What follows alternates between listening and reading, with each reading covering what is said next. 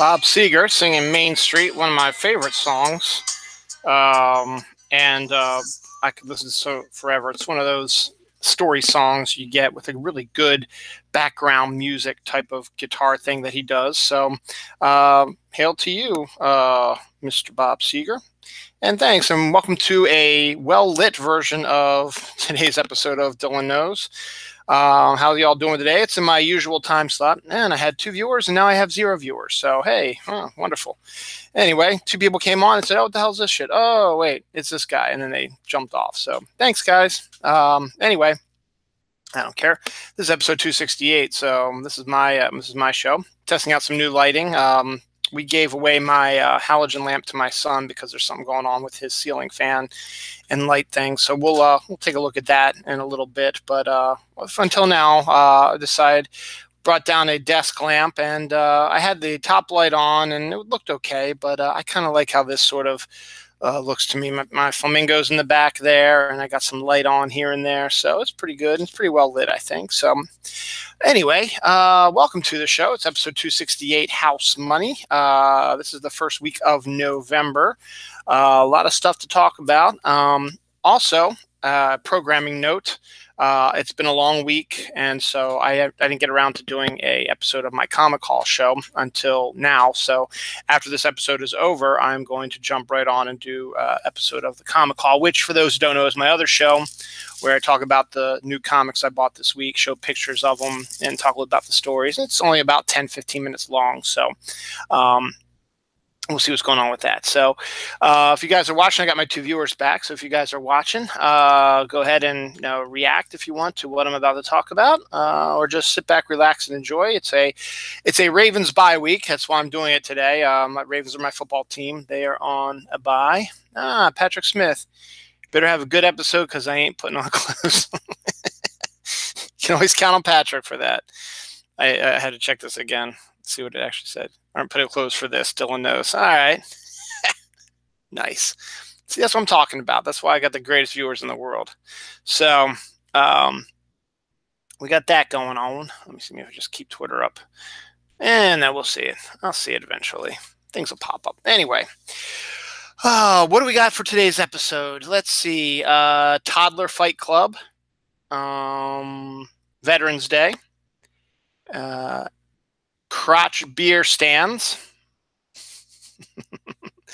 AMC greenlighting a whole bunch of stuff. A bad fire is affecting a lot of people. Let's see what else. Another frivolous lawsuit against McDonald's. Christmas comes to New York. Giant bear causes traffic in Alaska. Another holiday excitement, wreath nipples, cheese grater nails, umbilical cord jewelry, magical funerals. I can't wait to talk about that one. Some interesting sex stuff coming up. Disney got some big news this week, and there's a whole bunch of other stuff. Let me see. And Super Ice is coming. So all kinds of interesting stuff going on with the show. So for those who haven't seen the show, this is where I just talk basically about the headlines of the week, sometimes referring back to some other stuff. I've got some of my own conspiracy theories. We're going to see some more stuff about how animals are taking over the world again. Pretty creepy one coming your way very soon. And space stuff we'll be talking about, food, all kinds of interesting things. So first up, we'll talk about the headline that's going to draw everybody in, Toddler Fight Club. This story broke a couple weeks ago, but I don't think I really discussed it too much, and I don't know the reason why. But there is a preschool where they set up a toddler fight club where the preschool teachers would have toddlers actually fighting each other. I mean, I'm not talking about like play fighting, I mean like pushing and shoving and maybe even punching a little bit, even for what you can as a toddler, 2-3-year-old. But when they were busted for it, the reason why they said they created this toddler fight club is, yeah, we were kind of thinking the kids were bored, so we wanted to mix it up a little bit. That's exactly what you need, is to fix your boredom. You need to set up a fight club. So good on you guys. So Toddler Fight Club. I should name this episode Toddler Fight Club. I'm a Pokemon Go guy. I'm going to talk about this real quick. Community Day was yesterday. It was Cyndaquil Day, which is the farting fire Pokemon. Caught 7 shinies and had a good time. It was a chilly day here in the Pacific Northwest. I wish I was Pacific Northwest. No, the mid-central United States, mid-east United States, whatever you want to call it, the mid-eastern seaboard. So we decided to go inside to the Columbia Mall, which is by far, I think, right now, officially our favorite mall of all time. It's your typical mall. It's 2 stories tall, but then they have some outdoor wings where you actually have to. It's sort of an amalgamation of, the new Main Street type of thing. Well, this is more of you walk out of the mall, and then there's still shops and restaurants that you can go into, and then you swing around that, and then you add Restaurant Row, and then the movie theater. So it's a pretty big mall. It's a pretty big area, and it seems to have everything under the sun. And so, even though we were there for Pokemon Go, they're already set up for Christmas. So they had decorations up and lights up and stuff like that. And they had Christmas sales. The place was packed. I wasn't expecting to be as packed as it was, but it was packed. And we did some preliminary Christmas shopping, window shopping with the kids. This year, Christmas might be pretty easy because right now it's all about the Nintendo Switch and the games with that. My son Noah is into something called Bendy and the Ink Machine. There's a whole bunch of Bendy Funko Pops that he likes and stuffed animals you can get at GameStop. My daughter likes Nightmare Before Christmas and Stranger Things stuff, so we went to Hot Topic, and there was a ton of stuff there, not just for the kids, but for Dawn and I also. There's also a bunch of Harry Potter stuff. We found a lot of that stuff. A lot of cool socks and lounge pants and T-shirts and Funko Pops and stuff like that. They also had a pop-up Lego store, which was set up obviously for the holiday season, where they would offer Lego sets, easy buy, big ones and nice ones, things we'd never seen before. And the kids went absolutely crazy for that. My wife went crazy for the $180 Voltron set, but the money for Christmas is for her is going to a China hutch, unless she wants to change it out, and I'll gladly buy her the Voltron Lego creation and not the China hutch. But I think she wants the China hutch. And then there was, what else was there? Oh, and then JCPenney is one of the anchor stores they had there, and that was the place we first walked into. And they have a whole section, like a Christmas boutique thing coming up, and they had a lot of really cool Christmas sweaters. They had a shirt, which I am going to buy. It's a button-up shirt that has moose all over it, and they're all red and green. They've got some really funky ties. Actually, I think I might have some pictures of some of this stuff, because we took pictures of. One of the things we like to do is we take the kids to see these things, and if they like what they see, we take pictures of it so that we can refer back to it when we know we want to get them for Christmas. So let me see if I can find this shirt. Yeah, this is totally me. I'm going to be getting this shirt eventually. They had my size, so I will be getting that very soon. They have a whole selection of Christmas sweaters. They had really crazy socks, ties. What else was that one? And another thing we're into is they have a lot of pop-up gaming stores. So there's a lot of board games that we saw that we liked that we might be picking up as well.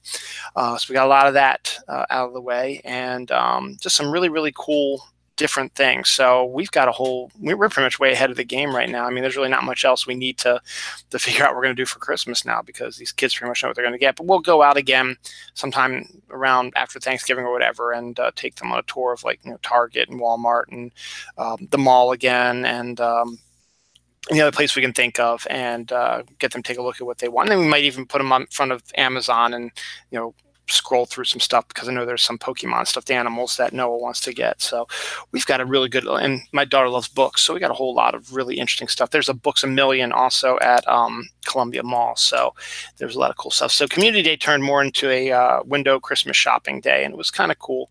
And the place itself is great. They have a great food court, and just it's a big mall, and it's really entertaining, and I think it's our new favorite mall. So to be continued. Today is Veterans Day.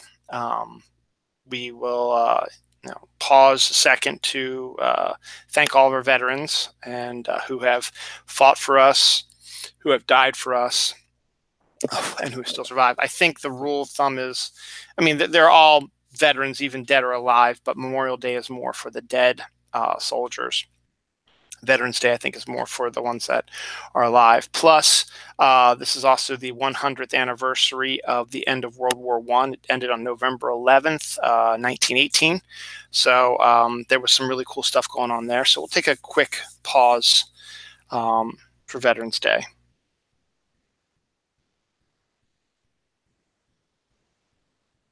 Thank you. Thank you, veterans. I actually know some veterans. My cousin-in-law are veterans. They fought in the 2004 war over in Iraq. So they are, and they survived. So they are veterans as well. So that's interesting. So it is Armistice Day, and there was a scene I had forgotten from Doctor Who back when David Tennant played it from his season 3, and with Jones as his sidekick, and it was House of Blood. I think it was at the really good 2-parter, I think, where they were hidden in the old 1900s house, and Tennant was pretending to be Mr. Smith, a school teacher, I think.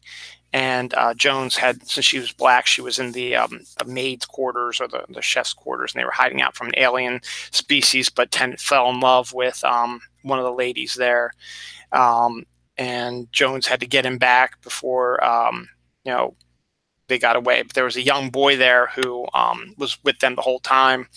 And the last scene of the show, someone posted it today, and I retweeted it out. It's a scene where, after everything is said and done, and Tennant's back to being Doctor Who, and they're getting ready to leave, they give the young boy a watch, and watch, a hand watch, and he knows a little bit about his future. He knows the Great War is coming, and so they're just telling him, you don't have to fight. And it's like, yeah, I think I have to. So then it cuts to him fighting in the war as this young kid, and he's saving somebody's life. And he looks at the pocket watch, and it gives him, oh, the minute is when something's going to happen. So he gets out of the way before he gets killed, and so he saves the life of himself and this other person. And thanks to the Doctor for that. Then it cuts to present day, where the young boy is now an old man at a Armistice Day laying of the wreath type of thing, and he's got all these medals on him, and he's in a wheelchair, and he's old, and he's just remembering all the people that lost their lives in World War I. And he looks over and he sees the Doctor and Jones watching him. They put the poppies on, I guess that's what they do for the World War I thing, and it's just a really emotional scene. I found myself actually tearing up on that, so it seems the appropriate thing to do with that. And also for the Armistice, where is that story? 10,000 torches were lit around the Tower of London to, remember the 100 years of the end of the World War I. So it was kind of a amazing thing. I have to talk to my friend Heather, who was over there when all this happened, to see if she was actually there for that event. She was there for Bonfire Night, which was also this week as well. So it was a pretty interesting week over in England, for that matter. So good on those. One thing that should never be said is homeless vet or working vet. If you serve our country, you should absolutely be taken care of. I agree with that. Absolutely, Patrick. I think I did a story last week about a town somewhere in America who actually built a pop-up town for veterans who were homeless or sick or whatever, and it gave them, they built a neighborhood for them. I mean, it was multiple houses, and they were only for veterans, and they could live there for free. And it had heat and electricity and water and little yards that they could work with and stuff like that. So it was there's some work that's being done, but you're absolutely right, Patrick. There needs to be a lot more work done to help homeless veterans as well, and sick veterans too, because they fought for us. during the wars, I should say, and we should fight for them nowadays. So thank you, Patrick. That was a very good thought. I can't tell anything. I can't say anything funny right now after that. So we'll get a little bit more sadness. San Diego Comic-Con president John Rogers dies this week from brain cancer. He's the guy, I guess, who runs the whole San Diego Comic-Con stuff, sets up things as well. I'm sure he has, a group of people that it's going to run smoothly, but still the fact that, someone passed away who has connection to San Diego Comic-Con was a story for the week. Just in time for Christmas, PlayStation users in Chicago are now getting charged an amusement tax. I don't know if that was done by PlayStation themselves or by the city government of Chicago. I'm not exactly sure, but that just seems sort of bad when you think, a little off. So there's that. Something a little bit lighter. And this isn't the first story I've done about this, and this is just what makes Alaska be one of the strangest states to live in, and probably most interesting ones as well. There was a traffic jam in Alaska this week. It was a pretty big one, pretty serious one. You're not gonna believe the cause of it. The cause of it was a giant ass black bear just walking down the middle of the road like it's his territory, which it is. You're not gonna mess with this big giant bear. I mean, he was huge, muscular. He was walking on all fours, but I swear if he stood up on his hind legs, he'd probably be 8-10 feet tall. But so the people gave a respective background. It's just they have video of it. So there's cars coming both ways. So there's a car coming towards him that stopped, and he's filming it. And the bear's walking towards him, and then he occasionally pans behind the bear, and behind the bear there's all of these cars in a traffic jam just waiting for this bear to walk by. And he doesn't care. He doesn't. It's his right. It's his land, and he walks by, and then he walks by the car that the guy's filming it, and literally just walks like inches away from the window and just keeps walking. So pretty interesting. I think I did a story a couple weeks ago about a moose that caused a traffic jam in Alaska.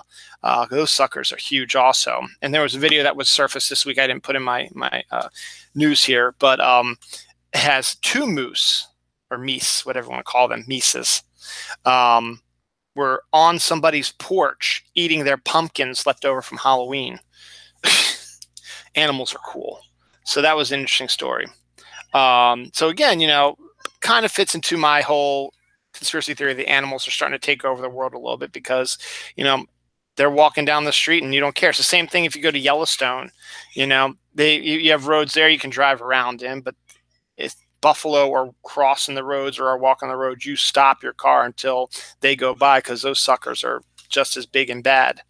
So I figured since I got that talking about animals right now, man finds, this is going to freak people out, so I'm going to do a little earlier right now. Man finds huge spider carrying a mouse up the side of his refrigerator.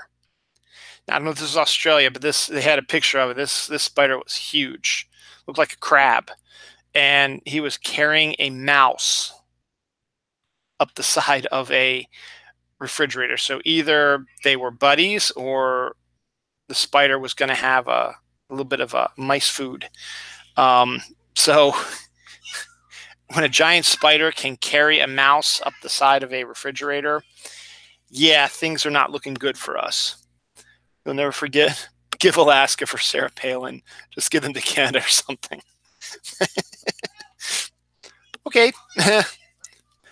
That's Patrick's opinion. No, but it's funny. I got you, Patrick. Yeah, it's funny. She's a mess. I don't think she's even involved in Alaska anymore. I think she moved away from all that stuff. Well, this is more fictional animal stuff, but this is spiders again. There is currently in comic books, which I'm going to talk about in my comic haul show in a little bit. Actually, I think I can probably show you the actual book that it's referencing. There's a series called Spider-Geddon. It's about alternate reality Spider-Mans who are banding together to fight an evil. But it's It's Spider-Man from different locations and different ones. And there is one that they just announced, that they just created. This is the description. It's called Spider's Man. Thousands of spiders that believe they are Peter Parker. So this Spider's Man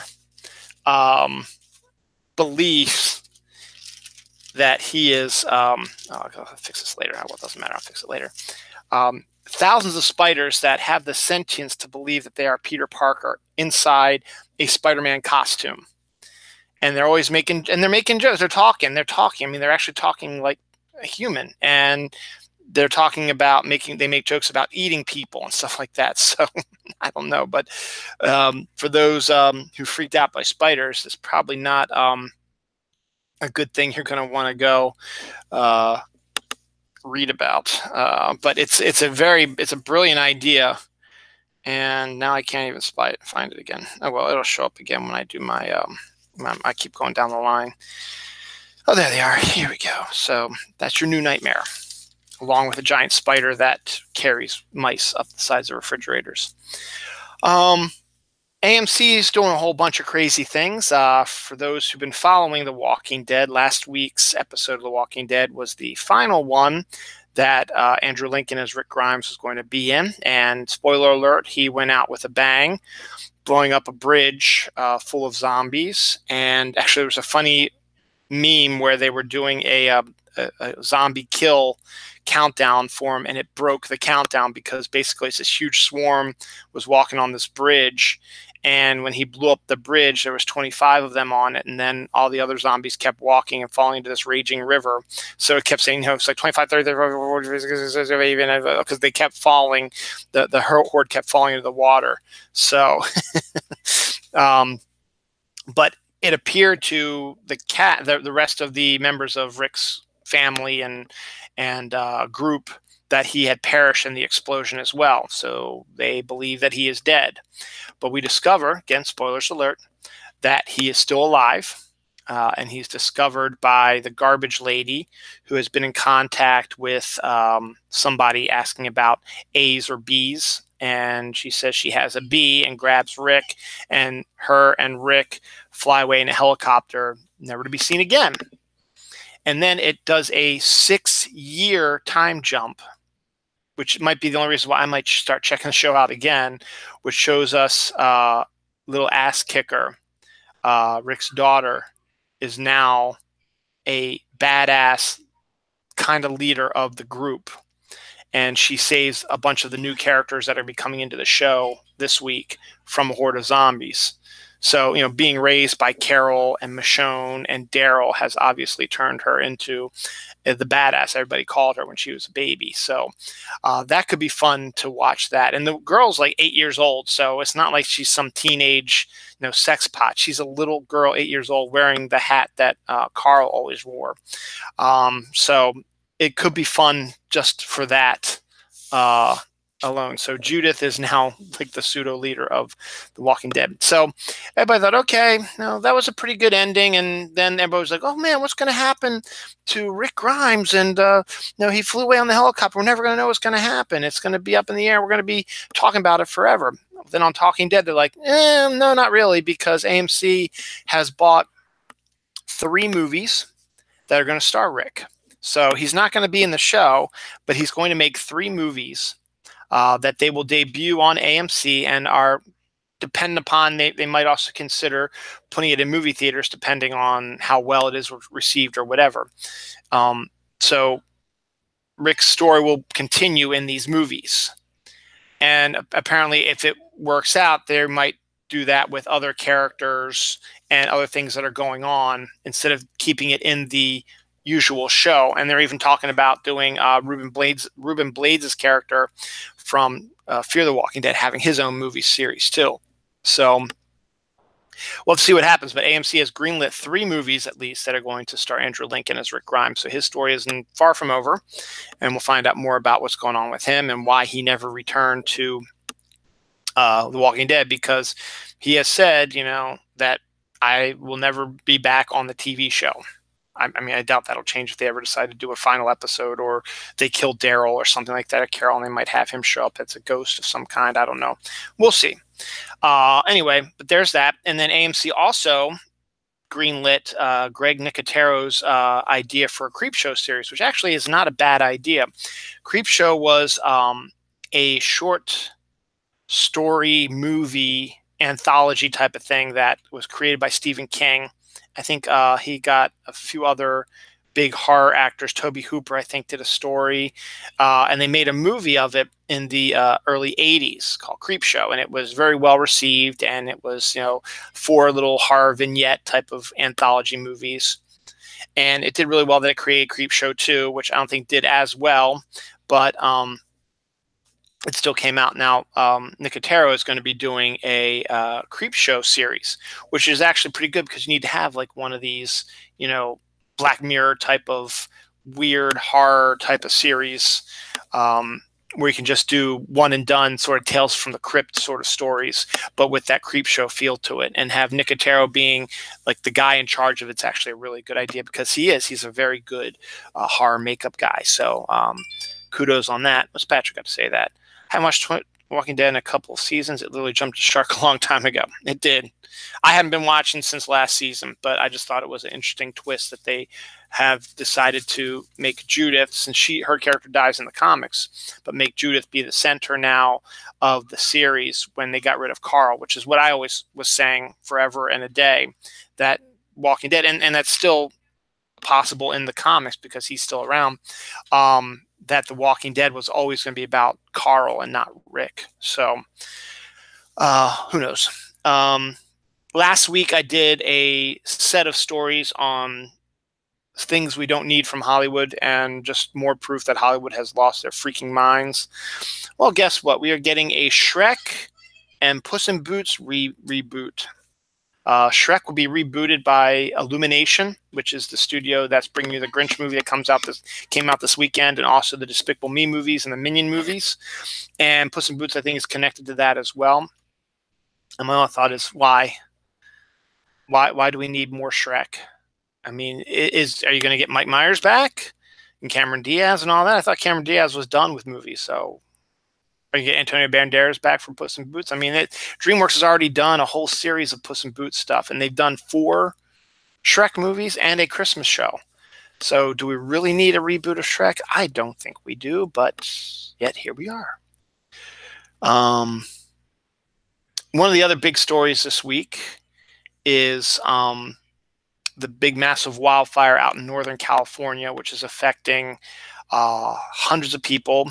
At least, I think last count, 23 have died from these fires. They're massive. There's lots of video of people driving through the fires, and it looks like a hellscape. And it's distressing.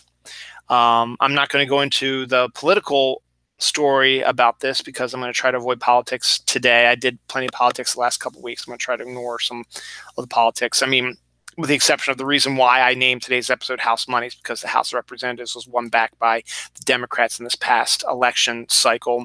And the Senate is still in the Republicans' charge, but it's going to be a lot harder for things to happen that could affect make it worse for our country and help the Republicans, because the Democrats now have oversight in the House. So, but that's all I'm going to say about that. But in this case, I'm going to talk about more of the other aspects of it, kind of the Hollywood-esque type of things to it, because that's what my show does. Charlie Sheen has lost contact with his dad, Martin Sheen, and I guess it's his mom or Martin Sheen's wife. I don't know if Charlie Sheen's mom is still alive or if this is Martin's second wife. I'm not sure, but Charlie's lost contact with both of them after they all supposedly were evacuating the area. So we don't know if they just haven't been able to reconnect due to the disaster, or maybe something happened to Martin and his wife. So we'll keep our fingers crossed and hope that it's just one of those things where, it kind of happens during these like natural disasters where people get separated and it takes a while to find them. And of course, the the worst thoughts are going to cross through your head that they're dead or something's wrong with them or whatever. But here's hoping that that's not the case. The fires have also, since it is in Northern California, which is where they tend to film a lot of TV shows and stuff like that. The fire, I can't find the story for this either. The fire has also destroyed sets for Westworld, The Bachelor, and other types of shows up in up there in Hollywood. So again, it's nothing to sneeze at. It's a natural disaster, which they say was caused by power lines that fell, and the electricity sparked off a wildfire that is currently, I think they're saying, is like the worst wildfire in their history. It's pretty. I mean, they've showed the picture from space, and it looks horrible. So thoughts and prayers to everybody there. California wildfires are horrible. I got friends there that are displaced. Yeah, it's never easy, and fires are always a lot worse. No, I guess hurricanes and fires can have sort of the same result. It can destroy houses and property and make changes that you never come back from. So thoughts and prayers to everybody, and to your friends also, Patrick. Hopefully they're okay. I know some people out there, but I don't know if they're in the general area where these fires are. So something nice to think about. You know how when you have a baby, or maybe you don't, but when you have particularly your first baby, and you want to do everything in the world to keep the memories flowing and stuff like that. Hi, buddy. My son. Not a baby anymore. They turn into that. Yes, they do. Anyway. What are you looking for? Okay. I'm trying to make too much noise because I'm live. Say hi to everybody. Say hi to Mr. Patrick. Hi. Anyway, I remember when Noelle was born, about a month after she was born, we had a photographer come out and take some newborn pictures.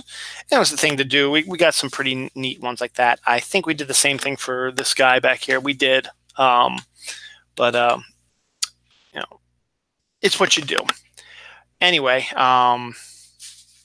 this family was doing an outdoor newborn thing. We did ours indoors.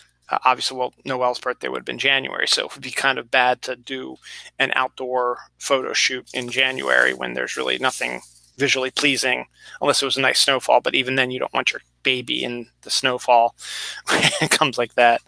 Are you sure it's down here, bud? Okay. Do you need to turn on the light? Here, go ahead. If you want to turn on the light, why don't you? Parenting 101.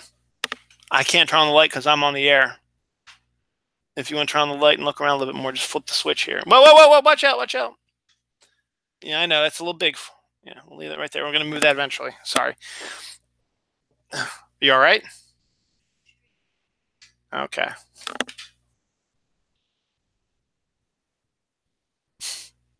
It's riveting, isn't it? Just lean it up against there. It's fine, buddy. Let it go down. It's fine. Just don't let it drop. Just let it go slowly. All right, that's fine. There we go. Mr. Patrick waves back to you. Do you want to turn on the light? Do you want a flashlight? Or do you want to turn that light on also? Just flip that switch there. The other switch. There you go. Whatever. Anyway, there goes my cool lighting. So this family was taking a picture of outdoors in the fall. You know, their babies surrounded by pumpkins and gourds and on a little straw bed and stuff like that. And it was in the middle, right near the woods where the trees were changing colors. So like that, a deer comes walking out, and a little baby deer, and just starts sniffing around. They got some pictures of the deer with the baby. So that's kind of some good remembering remembrances of your family. You're never going to forget that. A family sells all their belongings to travel the world after a DNA test shows their heritage from 32 different nations. So I think that's kind of a cool idea. You know, you want to find out. You all right? This kid. So it's kind of cool that, you know, if you have the opportunity to go out and explore your different heritages to see where you're from, this is a good way to do it. It's not here, but I don't know where it is. You know, you might, if you can't find it, you just might have to move on. Is it up in your room? Well, I'll check your room too. I'll take a look for it later on after I do my show, okay? You might want to get dressed too. It's getting late. And talk to your mommy about getting your lunch. Again, Parenting 101. Now I'm going to keep all the lights on now because he turned them on. That's just the way it is. You can probably turn this one off though. No, I don't like that. I like this cool sort of effect. So I'm adding a whole bunch of extra stuff that you get to see not normally, because when I'm usually doing the show, the kids are in bed. So it's kind of neat to do that, to be able to go to 32 different countries after selling all your goods, to see where you came from and live a little bit. I think that's kind of a really neat idea, and to learn about your heritage and your history. So I think it's kind of cool. Christmas is coming. Obviously, I think it says some like 40 some days till Christmas. And I was talking about when I was at Columbia Mall yesterday, they already have most of their Christmas decorations and stuff up. I do not put my decorations up until the day after Thanksgiving. I enjoy Thanksgiving immensely, and I cannot wait till next weekend, which is what, it's not this weekend coming up, it's next weekend. Next weekend's Thanksgiving. I can't wait till next weekend because I have a 4-day weekend from work, and I only have 3 days to work next week, which is or in 2 weeks, which is fantastic. And we're going down to my sister's house, which would be really cool. But Christmas is coming. The 2018 Rockefeller Center giant ass Christmas tree that is always a tourist spot and is always interesting to see has arrived in New York. They will be putting it up and decorating it, which in and of itself must be a massive undertaking. So good on them. So Christmas is coming sooner than later. Frivolous lawsuits. Again, we talked about the one where they lost, where a woman complained about being burned by their coffee because it was scorching hot, and got a good settlement out of it. Well, now everybody seems to be coming out of the woodwork to sue McDonald's for whatever, because it's a big corporation. They can make a lot of money. Well, this family discovered, not so easy to sue, is it, when you have kind of a frivolous lawsuit? This family sued McDonald's for $5 million because they ordered a quarter pounder with cheese without the cheese. And that's fine. If you don't want the cheese on it, that's fine. That's one of the things that McDonald's does for you.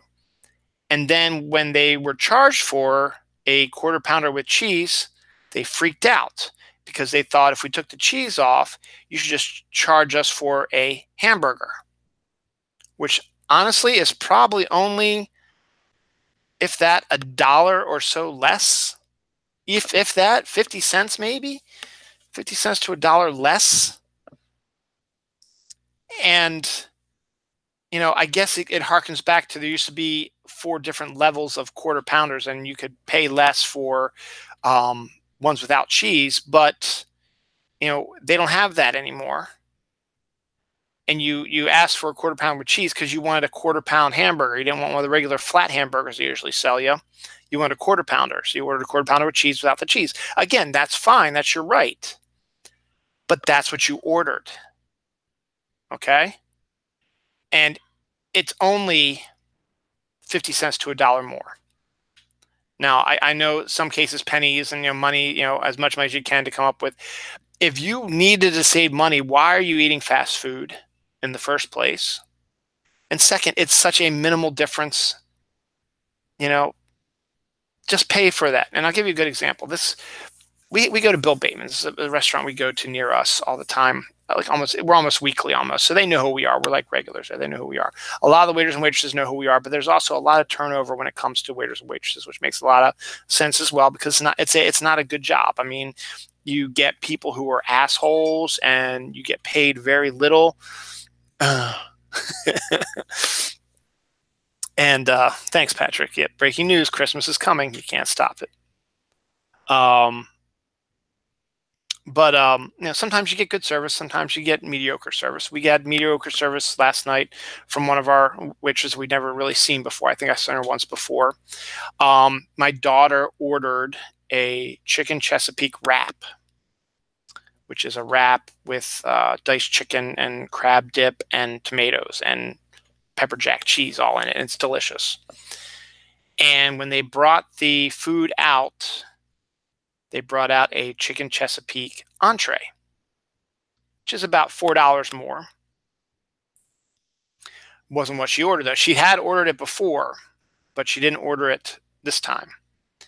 So the waitress offered, to take it back. I was like, no, we'll take this. We'll take this. So when we got the check, they charged us for the chicken Chesapeake entree, which is what we had.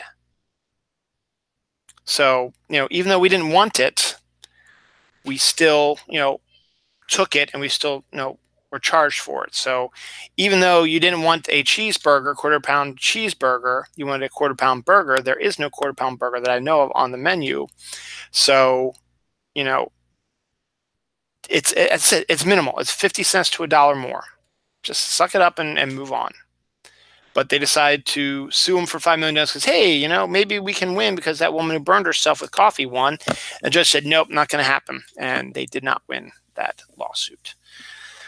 I don't know. It just seems like a stupid lawsuit to me. Anyway, one of my favorite bands is REM. And their album Up is 20 years old this week. Not one of my favorites, but it has two... basically really only one song that I absolutely adore, which is Day Sleeper. But At My Most Beautiful is a pretty good one also. I should have played Day Sleeper to begin with, but it's kind of a depressing song about people who work the night shift. And it's actually really cool. But the album itself is important in the REM annals of history because it is the first one where forget who the other guy was. Their drummer, I forget his name off the top of my head right now, decided he didn't want to be in the band anymore. So after New Adventures in Hi-Fi, he left the band. And most times they said, no, it is Bill Berry. Peter Buck is and Mike Mills and Mike Stipe. So yeah, it was Bill Berry. Bill Berry, the drummer. He retired after New Adventures in Hi-Fi. And most times people thought that REM was going to break up because REM was the four of them. They'd been together since the early 80s.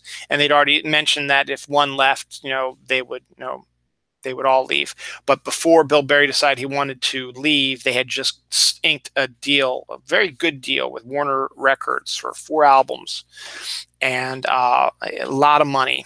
And they decided that we'll continue on without him. And Bill Berry gave his okay, said it's fine, guys, if you want to, it's cool. And I think they still gave him credit for a lot of the stuff. I mean, I don't necessarily, gave him. I think he kept his portion of the contract that he signed, so he was well off on that end. And REM became a trio. Peter Buck, Mike Mills, and Michael Stipe. And they used various people to come in to do percussion and drums and sometimes even drum machines, stuff like that. And a lot of people point at Up as being the downside of REM's career because it was no longer REM, it was REM Light. And there's some case to that because their albums after that were not spectacular. There's 1 or 2 gems in there, but they still created some really good songs. At My Most Beautiful is the other really popular one off of Up, but Day Sleeper is still my absolute favorite one on there. So not my favorite album, but it's one of those that I always want to try to re-listen to. And after the first or 2 songs, I'm like, ugh, I'm just going to skip ahead to Day Sleeper. So it just didn't get it to me because I like Day Sleeper. So on about that. Here's some comedy stuff rolling through here. Man with No Pants falls through the ceiling of a Waffle House. First of all, what are you doing in the ceiling of a Waffle House with no pants on? I don't know. And that in and of itself is just a weird story. And then just to think of what happens if the guy fell through during dining hours with no pants on in a crowded Waffle House, maybe even landing on your table while you're trying to eat and you got this naked man lying on your table. Bizarre. The Vatican's chief exorcist warns people that yoga causes demonic possession. That's why people hate doing yoga so much, because it's demonic. So, hey, demonic possession, baby. If you want to get possessed by a demon, do some yoga. Here's some interesting items for sale now. Wreath nipple covers. Just in time for Christmas, you can get a giant wreath, a little wreath thing to cover your nipples that look, Christmas wreath with, the berries and lights and decorations on it that can cover your nipples to be more festive. I guess when you're naked with your partner, I don't know. I don't think you'd go out and about wearing these nipple covers in public, but hey, what do I know?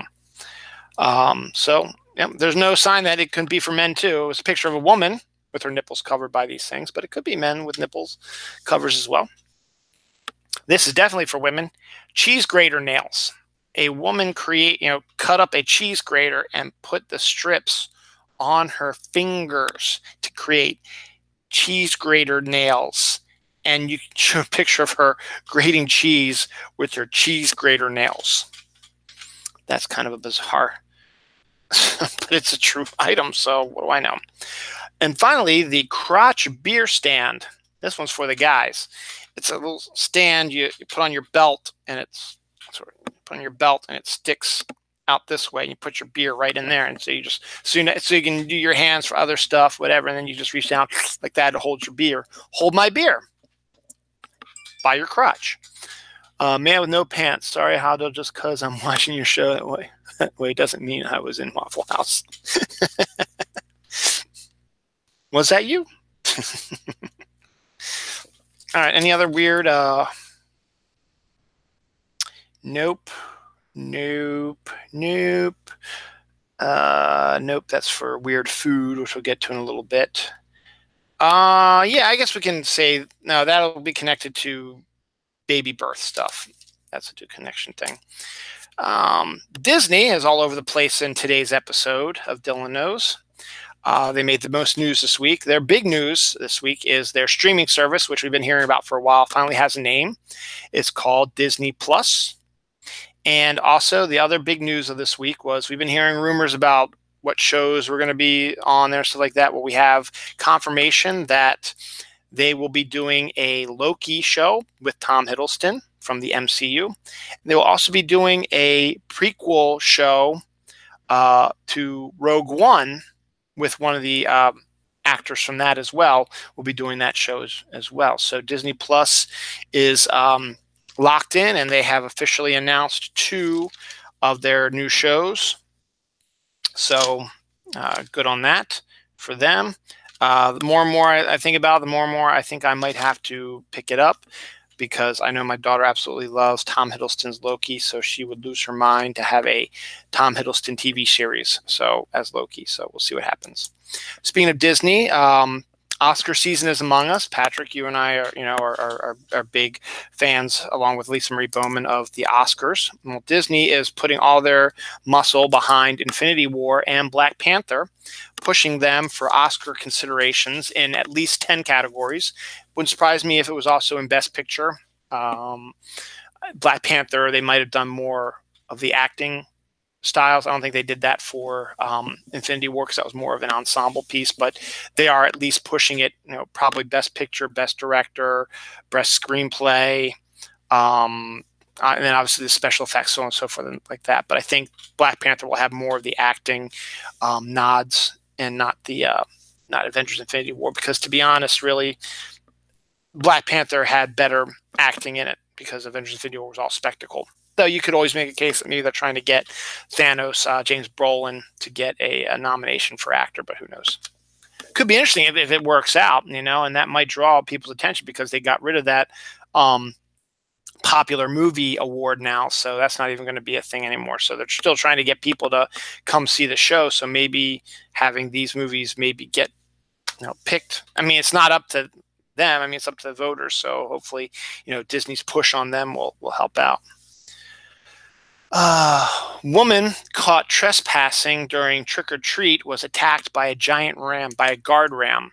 So this woman, I guess, was, you know, trespassing on someone's property during tricks or treats around Halloween, when all of a sudden a giant ram comes out of nowhere and starts chasing her off the property. So good on you, guard ram.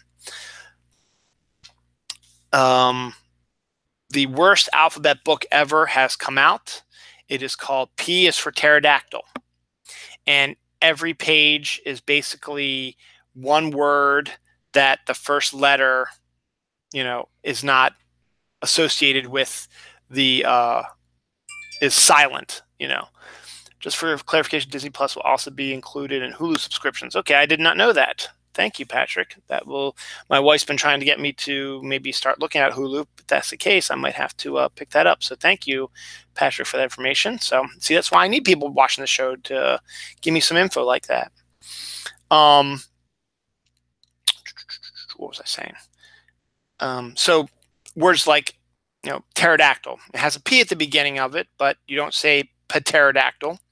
Mnemonic is another one that's spelled MN. That was the M word, and I forget what one of the other ones was. But basically, it's A through Z, all words that the first letter being A, B, C, D, whatever, doesn't play into the rest of the word, like pterodactyl, as I said, and mnemonic.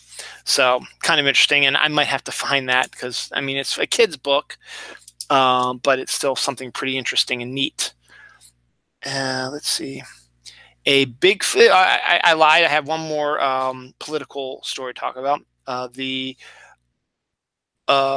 congressman who wrote Scott McDonald. Okay, congressman who wrote Bigfoot erotica was elected.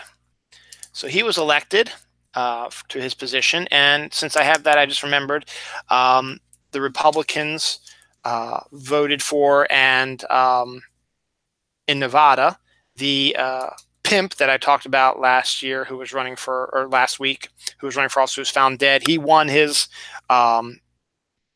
vote. So voters choose a dead pimp over the Democratic opponent in Nevada. So I don't know what they're going to do with that, because he won overwhelmingly, and they knew he was dead when they voted for him. So I don't know. It's just a weird story. Speaking of Scott McDonald, he just retweeted my my show link. He's not watching, obviously. Patrick's really on right now. Thank you again, Patrick, for that. But Scott McDonald might like this next one. There's a new coffee creamer that'll be coming out this season. Snickers! For those who don't know, Scott McDonald's, one of his cat's names is Snickers, and they are doing a Snickers coffee creamer. It is not a cat-flavored coffee creamer, people. Come on. Snickers is the candy bar, which has caramel, chocolate, and nuts in it, and they are making it into a coffee creamer, which is actually pretty good. The Reese's Peanut Butter Cup one is okay. It's not outstanding, and it's not overwhelming. It's very subtle, and if you like your coffee not too overwhelming with, you know, flavor like a lot of these flavored creamers are, the Reese's Peanut Butter Cup one is up your alley. The Oreo one is, again, one of those that's sort of, it's okay. A little bit of a creamy chocolate flavor to it, but nothing outstandingly crazy that makes you go, wow, this is interesting. The Hershey's caramel chocolate one is actually pretty good too. That was the first coffee creamer I ever used when I got into coffee years ago. And it's pretty good. It uses Hershey's chocolate and has like a caramel flavor. And I haven't seen it in a while, and I haven't had it in a while. Maybe I need to pick that up again. But that's the thing, is that my favorite is still a seasonal one. It's salted caramel mocha, and that's out now. So whenever I see that, I try to pick that up because it's actually absolutely brilliant. That is very flavorful. So if you want something a little bit different than your coffee flavor, you'll get that out of the salted caramel one. So the Snickers coffee creamer sounds interesting to me, and I'll have to take a look at that and into that as well. Also, holiday stuff you need to know. Last week I talked about how every year there seems to be a theme flavor that everybody jumps on the bandwagon with. And last week I talked about that it's hot cocoa this year, with hot cocoa M&Ms and hot cocoa Hershey's Kisses and hot cocoa everything. Well, they revealed the first picture of the hot cocoa Kisses with the interior being marshmallow, which would be really, really good, I think, to try that. And that's the thing, is that the hot cocoa flavor is dependent upon the marshmallow flavoring that you get when you put marshmallows in your hot cocoa. And that's where this comes in. The newest thing, which wasn't announced until this week, the newest hot cocoa flavor is the Grand's hot cocoa rolls. You know, they do biscuits and they do cinnamon rolls as well.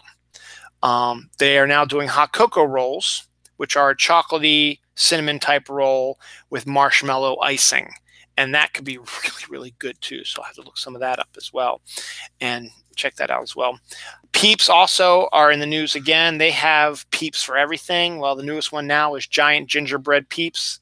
I don't know if they're going to have a gingerbread flavoring to their marshmallow pee-pee flavor, but marshmallow pee-pee. But there's that. So that could be an interesting one. Snickers would be a great coffee flavor, but I'm going against the grain and say pumpkin spice latte is horrible. No, it's fine. It's your opinion. Pumpkin spice is okay, in my opinion. It's not. When it first came out, I thought it was great, but then with all this other stuff that they've been releasing lately, it's sort of in the back of my head, and I don't get it as much. This one is just utterly disgusting, and I tweeted this with the words, no way. Peppermint Twinkies. Peppermint was really the big thing last year, I think. But you're going to start seeing a little bit more peppermint stuff. Peppermint, Patrick just talked about, pumpkin spice lattes. We're going to start getting your peppermint lattes coming out soon. This one is peppermint Twinkies, which is Twinkies that have like a peppermint flavoring around it. It just doesn't sound appetizing to me. I already have issues with peppermint and stuff. I mean, I like peppermints, but there's just some issues I have. All right, you know what? Fine. He drags it out of me. I think I've told this story before, and I'm going to tell it again anyway, because it's Thanksgiving. It's a Thanksgiving story. My grandparents used to have Andy's candies out, in a candy dish. You grab them. They're the chocolate mint flavored little mini things that you pop in your mouth, and it's the refreshing flavor of peppermint and chocolate. Well, I no longer like peppermint and chocolate flavoring, so I'm not a York peppermint patty fan. I'm not a fan of Andy's candies anymore, because it's my own problem, my own reason. Thanksgiving, when we went down to my grandparents' house and spent time there with my cousins, stuff like that, I went and I grabbed and I ate a bunch of these Andy's peppermint chocolate candy things back when I still liked them. Ended up throwing up. So whenever I even taste an Andy's candy or a chocolate peppermint mix, it brings back terrible memories of me throwing up. So that's why I don't like peppermint anything. And yes, it would make a great band name, Patrick. Peppermint Twinkies.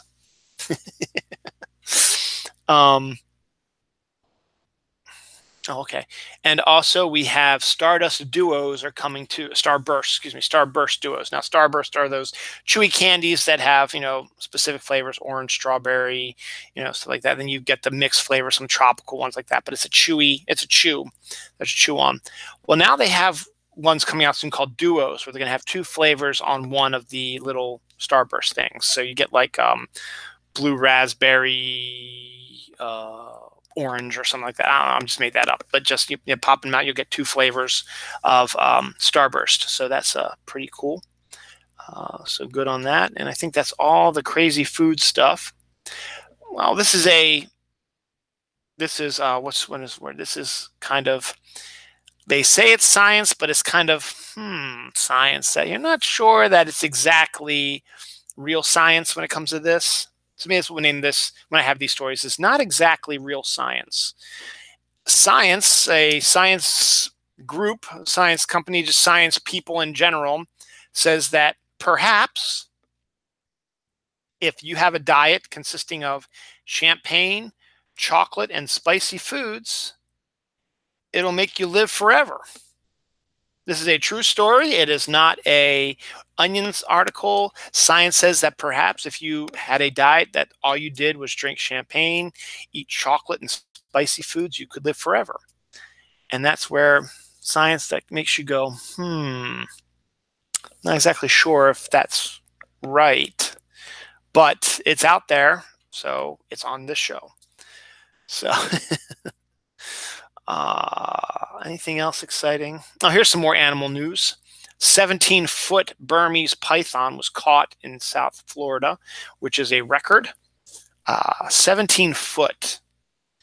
I'm 6'5", so almost 3 of me lined up was the length of this Burmese python in South Florida, where people live.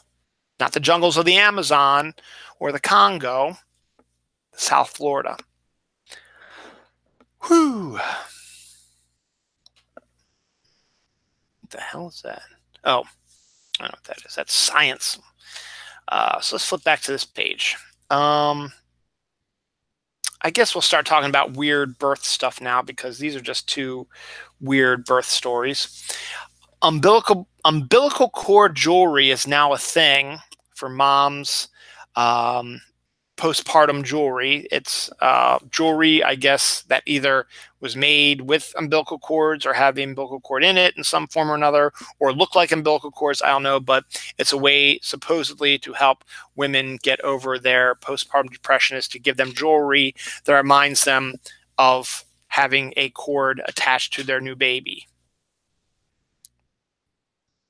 That's not even the worst story of the week. I mean, that might be interesting. I guess it might work. I mean, my wife, when we had Noah, her postpartum was in the hospital because Noah had a low deficiency of something and had to be in a what we like to call a suntanning bed type of thing. It was a way to he had a low count of something, and so they put him in this suntan thing to help him get better, and he was fine. So they had to stay in the hospital for an additional 2 or 3 days, which is rough on my wife, because she was in a room with him, and she held him. She was able to hold him occasionally, but he had to be in this little tanning booth for a long time. So she went through her postpartum there, and I was working and taking care of Noelle because she was still 3 years old.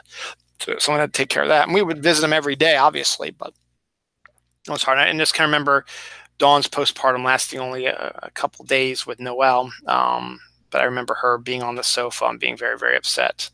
Those are the only things I remember about that. But Hilary Duff takes the cake with her telling us that she drank the placenta of her child in a smoothie after her baby's birth. So she shredded up the placenta and put it in her smoothie and drank it. No, you're supposed to bury it and plant it under a tree. It's supposed to help trees grow. Eating it, that's just kind of disgusting. But what leads to babies is being in a relationship. And I think I might have mentioned this before, being in a relationship makes you fat. I think I might have mentioned that before. That's new science that makes you go, Or in this case, sort of like science that makes you go, duh, really. Because, once you're married, there is really, some people, they feel the need that they have to keep looking good for their spouse. But you know what? You've already landed them. They've already seen you at your worst and your best, and they still want to be married to you. So, let your body go out a little bit. And, this belly, is jingling, jingle, jingle, jangle. Yeah, it does. And it's just proof of a good relationship. Been married for 15 years, been together for 18. So, longest relationship I've ever been in, and hopefully will be the longest one I'll ever be in. So, and I already told my joke about my grandmother measuring my weight, so I'm not going to bring that up again. But that was a story I've mentioned before. If you want to hear that joke, go listen to one of my other episodes of Dylan Knows. It's on there. I probably did it 3 or 4 times. I know Cece tried to stop Holiday, but now he's talking about placenta stuff.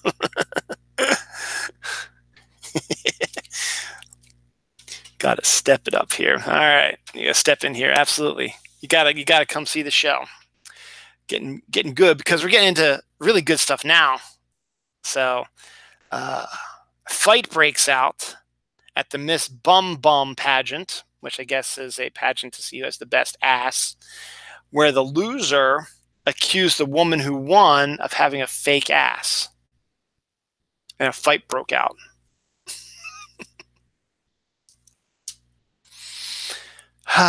Big ass beauty pageants. I didn't know that that was a thing, but apparently it is. And there was a fight at the Miss Bum Bum pageant. Okay, then. That's a good story.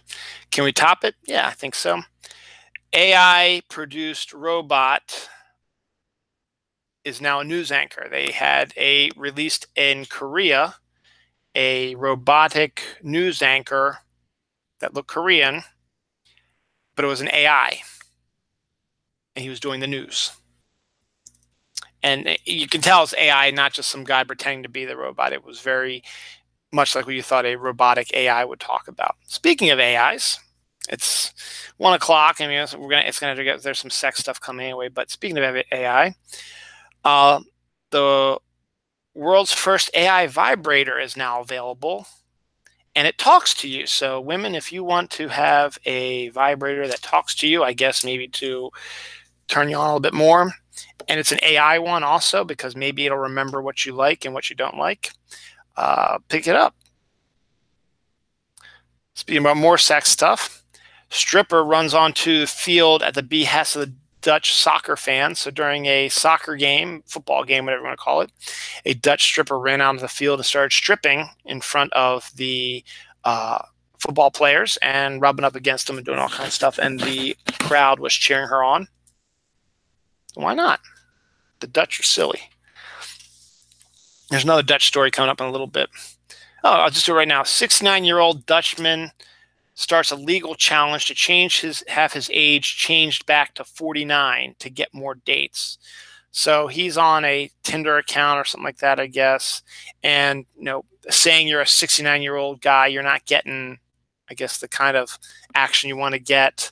So he says he may be 69, but he looks and feels 49. The dude looks like he's not really 69 years old, which is kind of a misnomer, because my mom just turned 70 this year. My dad is 71, and they don't look nearly what you thought 70 and 71-year-old people look like. You figured they would be all decrepit and like, no, they look normal. But this guy is 69 years old, wasn't getting any dates because of his age, so he wants to legally change his age to 49 to get, I guess, maybe younger chicks to go after him, and then so they don't see the number 69 and go, oh God, he's going to be old and decrepit. So good old Dutch people. Clownado is a real movie. It is a horror movie, and if you don't like clowns, I would recommend not checking it out. But it is called Clownado, and I don't know if it's about a tornado with clowns in it, but it's in and of itself is a bizarre story, title anyway. Let's see. Do I have any other really weird stories I want to get into before I get into that? What the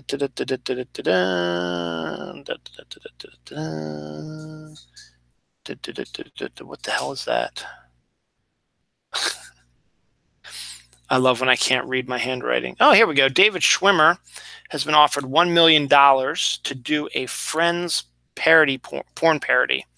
So, porn's movies have jumped into the parody thing, and there's lots of them out there already. They parody superhero movies and action films and stuff like that, and science fiction movies. There's Star Wars and Star Trek porn parodies and Avengers porn parodies and stuff like that. And then they do TV shows and stuff like that. Patrick's only 25, just saying. That's right. And so am I, really, technically. If you want to drop 20 years off of your age, sure. So they do these type of parodies. So a porn company wants to do a Friends porn, where you have, the Friends characters. You recognize them as Rachel and Chandler and Joey and stuff like that. And you take it one step further than the TV series did. So instead of, them, talking about all the action they got, you have these characters that you're used to seeing, your Chandlers and your Monicas and your Rachels and Phoebes and Joeys, and David Schwimmer's character, Ross. And you get to see their more in-depth sex, either with each other, stuff you've always wanted to see, like Chandler and Rachel having sex, and that's hardcore porn stuff. That's what the Friends porn parody would probably be about. So they want to pay $1 million to David Schwimmer to appear as Ross Geller. And that would actually be pretty funny if he decided to go against that. But he would be becoming a porn star, and he's probably going to turn it down because that's just what he does. But speaking of porn stars, slow it down there, buddy. A group of porn stars have formed their own paranormal investigation crew after weird going-ons at their studio. So while they were making their porn, weird things were happening. You know, doors closing by themselves, things coming off of shelves, the film, breaking down, stuff that had full batteries, probably the AI vibrators. Just put new batteries in, all of a sudden their batteries are drained, and just weird sightings of things and weird things happening on set that they decide they want to do an investigation of it. So these porn stars created their own paranormal investigative crew to investigate the paranormal activity on their porn set, which in and of itself sounds like a parody porn thing they're doing, but this is an actual paranormal investigation crew. And who knows, it might become a thing, You might do like a ghost adventure show where you got a bunch of porn stars in tight clothes showing off everything you can see except the nudity, going around and exploring haunted places and getting the ghosts all hot and bothered. So it might be an interesting thing to look into. Hire them to come to my house, right? A Wisconsin man throws a beer bottle at a bartender who changed the jukebox from Black Sabbath to Christmas music. Man, people really don't want to hear their Christmas music before Thanksgiving now, do they? Crazy, man. That's what it was. Okay. What was anything else? Anything else crazy storyline-wise? Yes, a drunk guy, obviously, probably, commandeered a horse and tried to get onto the track during the Breeders' Cup, one of the biggest horse racing events of the year. So he stole a horse and tried to get onto the racetrack to race on this horse in the Breeders' Cup. So, yeah, stay sober, young Padawan. Finally, the last story we're going to talk about here of crazy, weird stuff goes into the whole conspiracy theory I have about animals taking over the world. An elderly woman is accused of training her 65 cats to steal stuff from the neighbors. That in itself would be an awesome movie. Woman trains cats to steal from her neighbors. That pissed her off. So, good on that. Actually, this might be classified as a kind of a weird story. The very best Clinic and tweet ever. Disney is now going to be looking into magical funerals. I mean, you already can get married on Disney World's property, and I talked last week about Disney World people yelling at families who would come in and spread the ashes of dead loved ones in the park because that was their last wishes. They have to clean that stuff up. They are now considering getting into the funeral business and having funerals in Disneyland or Disney World also. It's not a bad idea. Heck, you could put them in stasis at Cinderella's castle. People can go around, pay their respects to them like they do with world leaders and stuff. To be continued, I guess. That's a kind of interesting story. I've been talking about this year also, Advent calendars seem to be the craze going on now too. There's all kinds of Advent calendars out there now. Last week, I think I talked about a cheese one. Aldi has got a wine one. Actually, when we were out at Columbia Mall, one of the places we went to had the Funko Pop, Harry Potter Funko Pop Advent calendar, which was every Advent calendar you get a miniature Funko Pop of a Harry Potter character for 24 days. And so Advent calendar is the big thing now. So everybody's jumping on the bandwagon now. There's also Harry Potter socks Advent calendars that every day is a new pair of Harry Potter socks. I mean, Dobby the house elf would love that. That's a Target, I think. But then you also have Jack Daniels has a whiskey Advent calendar, and there's also a vodka Advent calendar out there now. So I guess you can really make any Advent calendar for alcohol that you wanted to. Um, it's really easy. You just get them the small bottles, you put it in the advent calendar, and every day, oh, look, December 1st, it's fire whiskey, or fireball. Day 2 will be Jack's special, case, Christmas flavor. So you drink one a day, and it's not going to kill you, and you're not going to get drunk off it. It's probably just like a shot type of thing. But hey, it's for grown-ups. Advent calendar's no longer for kids anymore. So all kinds of crazy stuff about that. More movies we don't need to come back. Willy Wonka prequel is coming. I don't think we really need a Willy Wonka prequel to see how things came about. Yeah. Well, think about it. Maybe it might not be too bad to see how he built his chocolate factory and built up his stuff and being the way he is. Depends on who they cast, I guess. Depends on the story. Maybe that might not be too bad. So I strike that. I take that back. New Austin Powers movie from the perspective of Dr. Evil. Now, this one's been floated out every once in a while for last few years. I don't know if this is exactly going to be the case anymore because Mike Myers portrayed Dr. Evil on a Jimmy Kimmel sketch recently to announce his, I guess, his race for president or something like that. Mike Myers looking a little old there, and I don't know. I think Dr. Evil's looking a little old too. So, and Austin Powers be looking old too. So I don't know if we really need another one of those. I'll reboot it with a new actor. No. Are you doing Shrek? So we'll just reboot everything Mike Myers touched. We do a Wayne's World reboot also. I'm not being serious. So those reboots, not so exciting.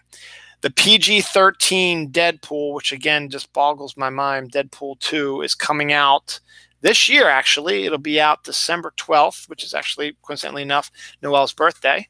And it's going to be called Once Upon a Deadpool, and it's basically Deadpool 2, but edited and deleted, and with edited, bad language changed, and some new scenes added. I think there's Fred Savage portraying his role from the Princess Bride that's showing a lot of the information that's going on with Deadpool 2. So Deadpool 2 PG-13 version will be out next month.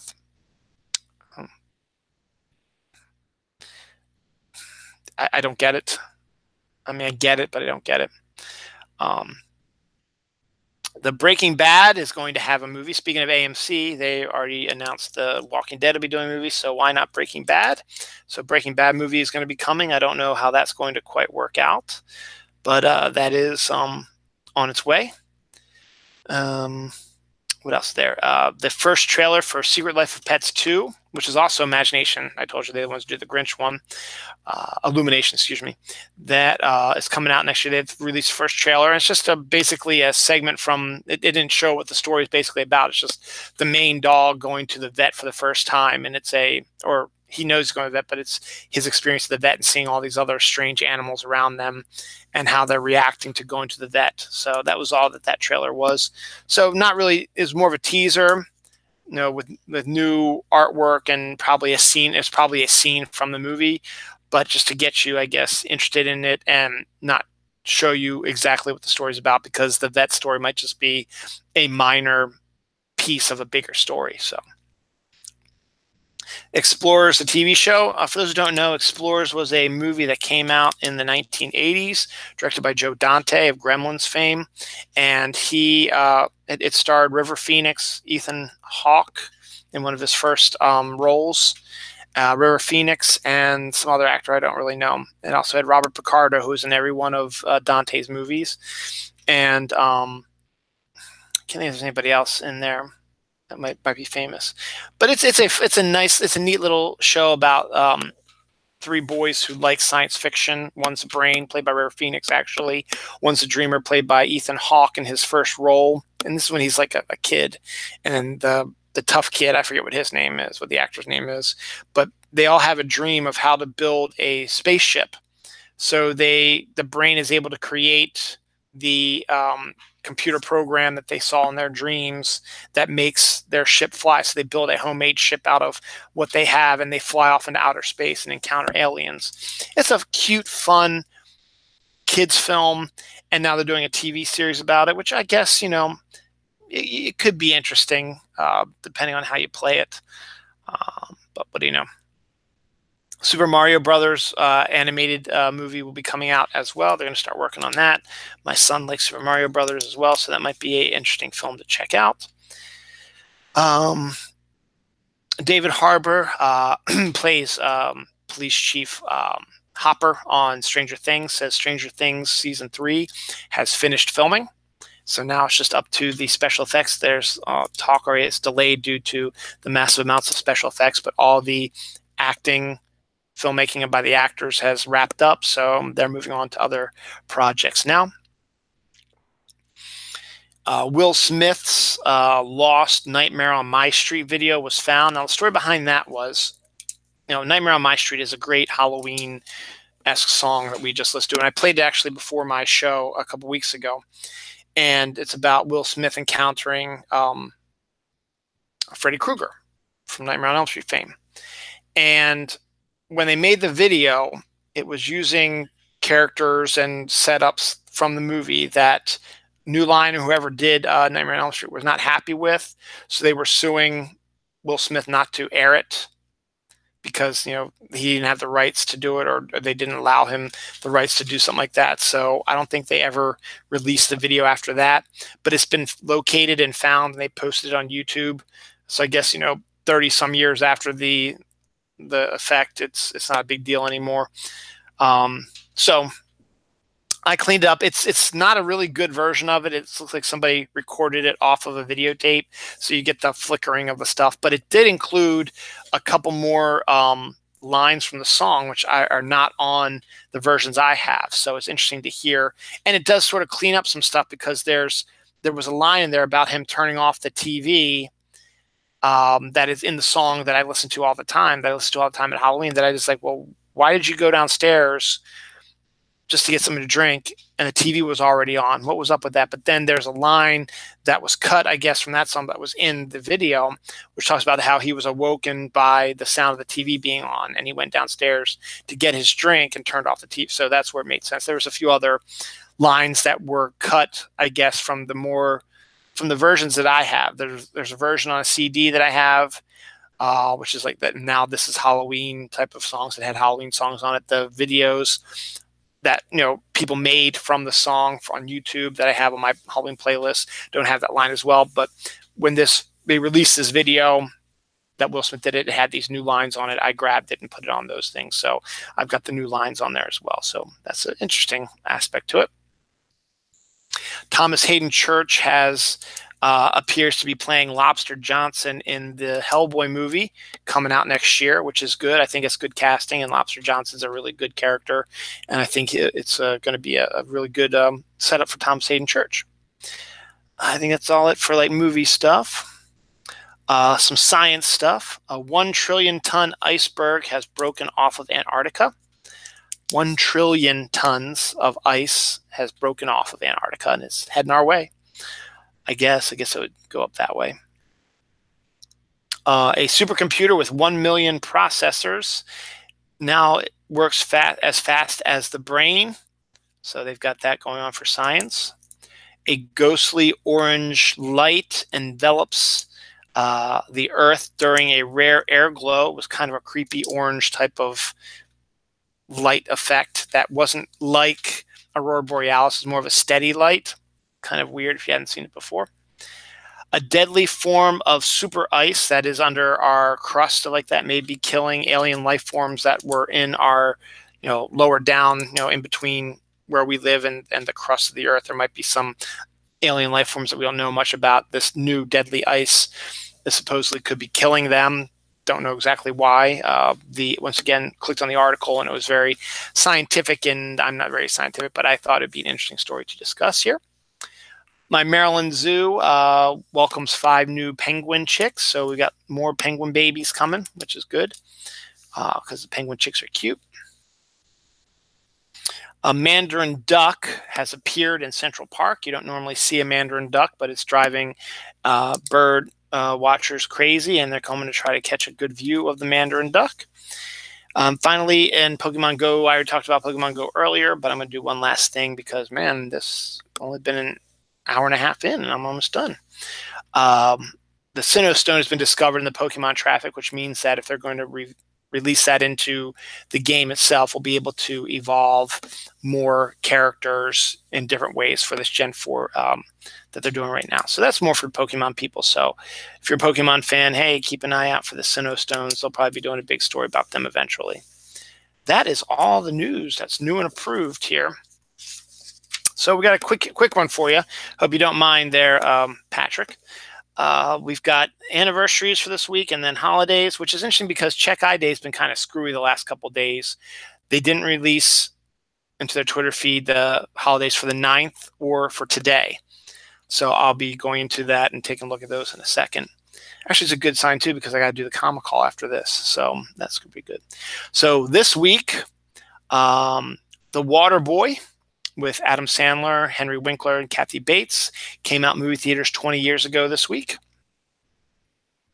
They Live came out in 1988, which is the John Carpenter film, which is kind of cool. What the hell is that? I don't know what that is. I'm going to skip that. Actually, kind of funny. Elf, the movie with Will Ferrell, came out 15 years ago this week. And they did a play version of it, a musical version of it. And my kids are going to go see that play this weekend. The only theater is doing a special event for raising money for children's hospitals, stuff like that. So they do like one of these little shows that come in and they get people to come, and there's like a meet and greet with the actors and like a buffet dinner and stuff like that. So the kids have gone the last few years to do this event because my father-in-law is one of the people that brought this in because he works for the Olney Theater part-time since he's retired now. And he brought these people in and has created this and helped did that. So I wish I knew what that said. Asteroids, the video game, was released into arcades in 1979. Robin Hood, the animated movie with the fox, being Robin Hood and stuff like that, was released the year of my birth, 1973, this week. 8 Mile with Eminem was released this week, 16 years ago. HBO made its debut this week, but I didn't get a date, so it's probably sometime in the 80s, probably. Nightmare on Elm Street, I was already talking about that earlier, was released this year in 1984 this week. Child's Play was released this week in 1988, which is weird. These two horror films came in after Halloween. Kind of interesting. I don't know what this... Something from 14 years ago. It's like Incurably Prom. So I don't know what that is. Sesame Street premiered in 1969 this week. So they're going to have their anniversary next year. That'll be, what, 50 years. Yeah, their 50th anniversary is next year, as is the 50th anniversary of the moon landing. So 2019 is going to be a pretty interesting year for anniversaries and stuff like that. Drives me crazy. I wish I knew what that said. Finally, I wanted to keep these last two because these both came out 24 years ago this week, in 1994. They're kind of personal sort of stories. So I figured I'd end with that. 1994 was a big year for me. I had my first real girlfriend. I lost my virginity on Halloween of 1994. Anyway, my girlfriend at the time, I'm not going to give her name, we lost our virginity to each other on Halloween. So this week in 1994, the adaptation of Anne Rice's Interview with a Vampire with Tom Cruise and Brad Pitt, Kirsten Dunst, came out. And she was a huge vampire fan, and she had wanted to see this. So this was a movie date we went out onto. I always remember we went to the movie theater, and Star Trek Generations also came out. I think it came out the week before, because I didn't see it on my list of stuff that came out this week. And that's where the biggest line was. And so we were able to go in and get see a movie, just the two of us, see Interview with a Vampire. And it made her happy, made me happy later that night, but that's besides the point. And also the Santa Claus with Tim Allen, the first one, came out this week in 1994, same day as Interview with a Vampire, apparently. We saw that as our last movie date, which was kind of the depressing thing. We went to see it after Christmas, and the writing was on the wall after that. Their relationship wasn't going to go that far, but we did see that in the movie theaters together as well, in 1994. Now, Santa Claus is a fun series to watch. I always like watching him. I haven't seen the third one, but the first one I like a lot, and the second one I like a little bit better than the first one. But it has, some stuff I don't like as much. But the first one was a really good, serious story, and the other one sort of became a little goofy. But those are my personal stories. So I have no idea what that in Cruelty Prom 14 years ago was. So that's it for the show. Let me give you the holiday stuff. I don't think they've fixed it yet.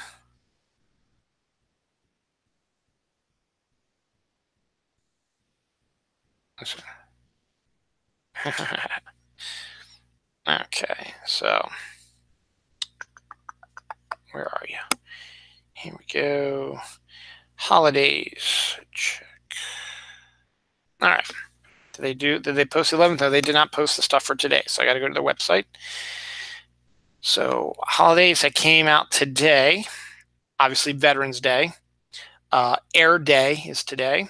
Death Duty Day. International Tongue Twister Day. Save a Latte Day is today. National Sunday Day is today. Origami Day is today. Singles Day is today. And that's it for this week, or for today. Yesterday was Area Code Day, International Accounting Day, National Forget-Me-Not Day, National Vanilla Cupcake Day, Sesame Street Day, USMC Day, Wine Tourism Day, World Science Day for Peace and Development. I don't have the 9th on here, but the 8th was Abet and Aid Punsters Day, Cook Something Bold Day, National Ample Time Day, National Cappuccino Day, National Dunce Day, National Harvey Wallpanger Day, National Parents as Teachers Day, National STEM Day, World Town Planning Day, World Usability Day, and X-Ray Day. These were all on November 8th. And then November 7th was Hug a Bear Day. And let's get into what tomorrow's is going to be. Hopefully they'll post tomorrow's. Tomorrow, November 12th, will be Chicken Soup for the Soul Day, Happy Hour Day, National Pizza with the Works, Except Anchovies Day, Stanton Day, World Orphans Day, World Pneumonia Day, and that's stuff for tomorrow. So on that note, we are all done.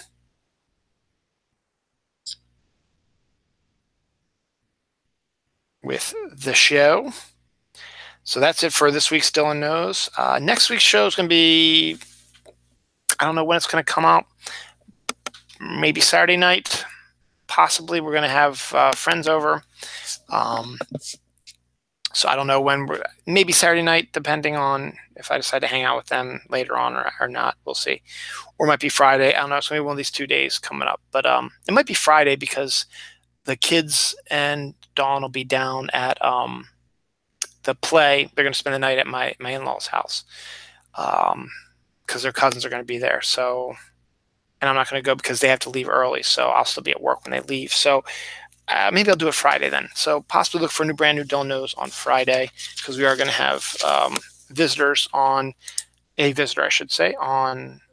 Saturday and Sunday. So that's it for Dylan Knows. Stay tuned for my other show I'm going to get ready to do here now called The Comic Call. This one is not, this show is only about an hour and 40 minutes. Usually this show's about 2 hours. The Comic Call is only going to be about 10, 15 minutes depending on what I got. I got to reorganize the comics. I took them out earlier in the show, and I got to get it reset up here. So I'm going to turn off some of these lights and keep it as is. We'll see how it looks with this light on. So thanks for watching. This is episode 268, House Money. Enjoy your week, and just think, after this week, the next week is Thanksgiving week. Enjoy. Stay tuned for the Comic Call coming up in about, let's give it about 10 minutes. By about 1:50, I should be ready, okay?